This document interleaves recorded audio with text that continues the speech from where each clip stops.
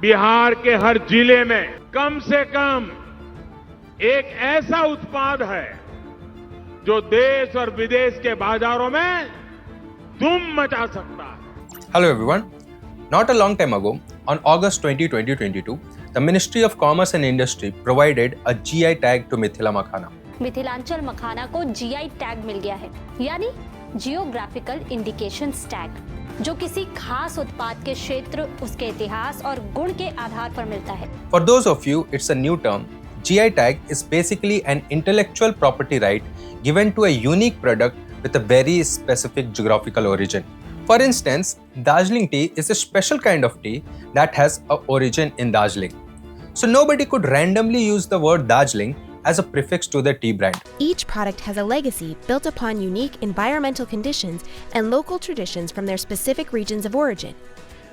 In the legal world, they are known as appellations of origin or geographical indications. We'll understand about GI tag further in the video, but for now, the question that evolves here is, how big is Mithila Makhana for Bihar's economy? What does GI tag really means to the product and the place associated with that? And most of all, how Bihar is preparing to harness the gold rush of Makhana. So let me give you a structure or mind map we'll be following in today's video. Firstly, we'll understand how GI tag impacts the product and the place. Moving on, we'll understand the demand conditions of Makhana. Next, we'll understand the most unique element of Makhana-based business. And lastly, we'll understand how Bihar is preparing itself to harness the Makhana rush. So let's begin. So the first and the primary question that evolves here is, what's so big deal about GI tag? It's just another certificate to the product. Well, certainly not. GI tag is not a national certification. It's an international certification protected by The World Intellectual Property Organization runs an international registration system that makes it easier to protect these product names and their legacy.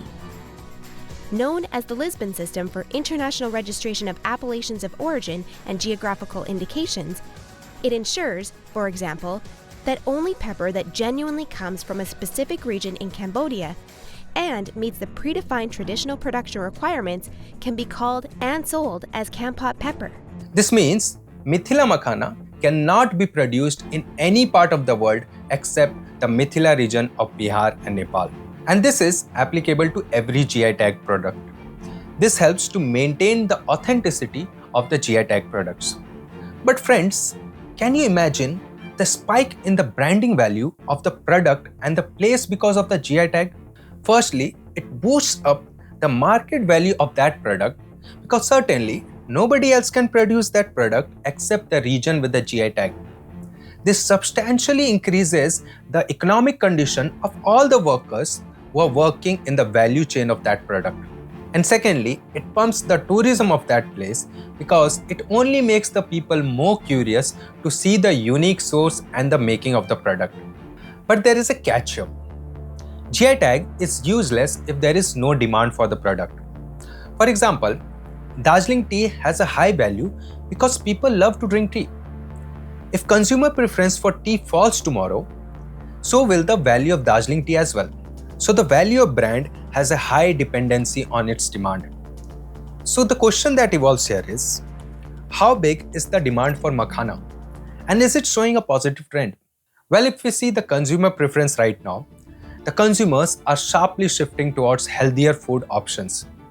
So no doubt that the demand for healthier snacks like Makhana is growing at an insane rate. देखिए, पूरे विश्व में मखाने की demand बहुत तेजी से बढ़ती जा रही है। आपने खुद भी कहा कि एक सुपर फूड है। इसके अंदर जो न्यूट्रिशनल कंटेंट है, मेडिसिनल वैल्यूज़ है, वो बहुत ज़्यादा है और इसकी जो गुणवत्ता है, पौष्टिकता है, इसमें जो औषधीय गुण हैं, इन गुणों के प्रति दुनिया भर में तेजी से जागरूकता बढ़ती जा रही है। So much that the Indian Makhana market was valued at rupees 9,000 crores in the year 2022 and it's expected to double by 2028. And that's just the Indian market. It hasn't caught the eyes of Western market yet, which has a massive popcorn market. Yes, popcorn market. Makhana has all the elements which can easily be replaced as a better option than popcorn. Imagine the love of popcorn in the movies and parties. Makhana can easily replace it with a charm. Like many Americans, popcorn was one of my favorite snacks. Until I discovered something better. I'd like to introduce you to buhana, a delicious and nutritious snack made out of popped water lily seeds. And you will be shocked to know that global popcorn market is as big as 50,000 crores in terms of rupees. The only missing element is the Indian entrepreneurs capturing this market with the right branding and marketing of Makhana. But when I say Indian entrepreneurs, or let me further niche it down to Bihari entrepreneurs. Why so? Because behind all this massive game of money, Bihar stands out as the elephant of the room, with 80% of the global Makhana supply coming only from Bihar. Foxnuts. They're a popular snack in Bihar, India, the origin of 80% of the world's supply. It's almost like a monopoly over a market which is going to be insanely big. And now with the GI tag given to Mithila Makhana, it's only going to be bigger for Bihar. But regardless of the GI tag, anyway, the Makhana cultivation and popping is extremely tough process to replicate. There is a reason why only one place like Bihar is such a dominant player in the supply of Makhana. There is a generation of skill passed on to these cultivators. Let's understand the cultivation process of Makhana through this animation. Firstly, the seeds of Makhana are sown in the ponds or water bodies in the winter season. In a few months, the seeds turn into flowers and then fruits. Each fruit contains almost 70 to 120 seeds on it, and remember, each plant is filled with thorns. After some time, these seeds start popping out by themselves, floating on the water. The summer heat rot these seeds until they settle down on the surface of the pond. After staying there for a month, they are ready to harvest. And all this process are done by special kind of farmers trained in that. And that's just the beginning of the process. Now comes the popping of Makhana. After harvesting, the farmers mush them with their legs to clean them, which are then sun-dried for next 2 hours. Next, the tiring process of roasting begins. The dried Makhanas are roasted for almost 5 to 6 hours and then kept overnight for another 15 hours. Now they are ready for the second round of roasting where the seeds are popped. Interestingly, only 80 to 85% of these seeds will pop. Then a special expert breaks the shell of the seeds to get the white colored starch out. Finally, they are polished in a polishing machine until it turns out what we see in the market. The entire process is so complicated that it's almost impossible to train a set of farmers to expand the cultivation of Makhana quickly. Moreover, the farmers of Bihar are constantly upgrading and learning the skills from the past 20 years in association with the Research Center of Makhana. National Research Center on Makhana since 2002. Located at Darbhanga, Bihar, Center has developed technologies that help in raising the economic status of poor Makhana growers. Scientists are working in close association with Makhana farmers. Earlier, the Makhana cultivation were mostly done in deep water. But after the Research Center of Makhana developed a new technique and a special breed of seeds, they can be grown in shallow water too. So now the farmers of Bihar can not just traditionally farm in deep water, but also in shallow water too. This is a great competitive advantage to Bihar. Mithila की पहचान को जिंदा रखने के लिए अलग अलग शोध संस्थानों द्वारा तरह तरह के शोध किए गए और जिसके परिणाम स्वरूप आज न सिर्फ तालाब में बल्कि अब खेतों में भी जैसे धान की खेती की जाती है इस तरह खेतों में भी अब मखाने की खेती संभव है.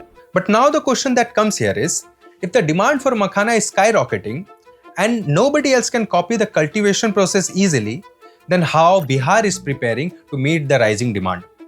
Well, to start with, Bihar launched Bihar Makhana Vikas Yojana soon after it was awarded the GI tag. Under this scheme, the Makhana cultivators will get 75% of the cultivation cost as a subsidy from the government.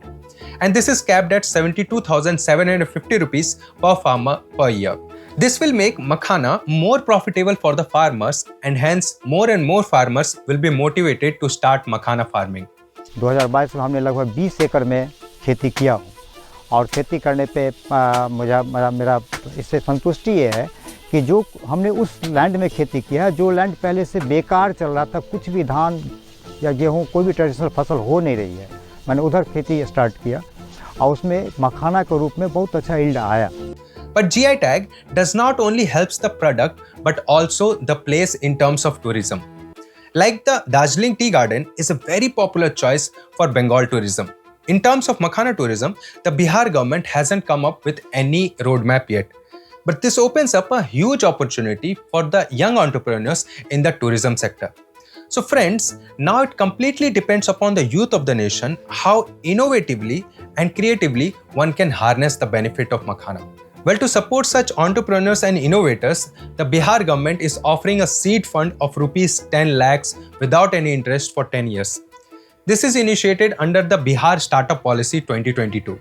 If you want me to make a case study video on GI tag based business, please let me know in the comment section below. With that, I will let the Bihari youth or the Indian youth decide whether Makhana can make Bihar rich or not. And that's the end of today's video. If you found anything valuable, please hit the like button and subscribe to the channel.